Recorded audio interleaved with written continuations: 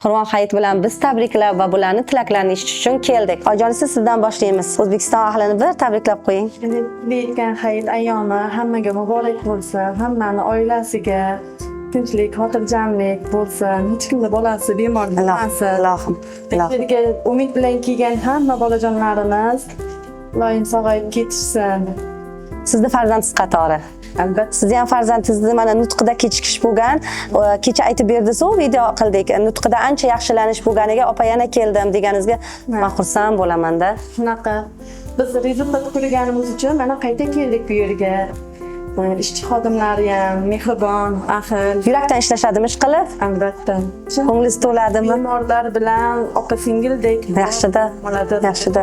Rahmat hammasiga sog' bo'lsin. Sizga ham rahmat. Qimmatli vaqtingizni shu yerda baribir deylik sabr bilan o'tirib farzandingizni yana ham yaxshi qilish uchun bo'ldi bolam gapirib ketdi.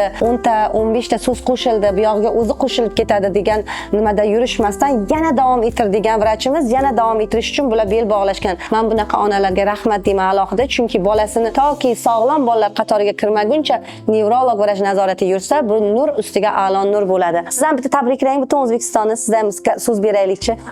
Musulmonlar hayiti bilan hammani tabriklaymiz. Hech kim bolasi kasal bo'lmasin. Ilohim. Chunki nima umid bilan kelgan bo'lsa, har bir ona yaxshi umid bilan kelgan, yaxshilik chang olaman, yaxshi farzandlarimga foydali bitta narsa olaman deb kelgan. Iloyim Allohim yuzimizni yorib Ilohim. hamma farzandini orqasida faqat xursand Ilohim. Sizlarning qo'lingizda ilom sababchi bo'lsin. Ilohim. Ilminglar sababchi, ilmimiz ilohim bolalarga sababchi bo'lsin.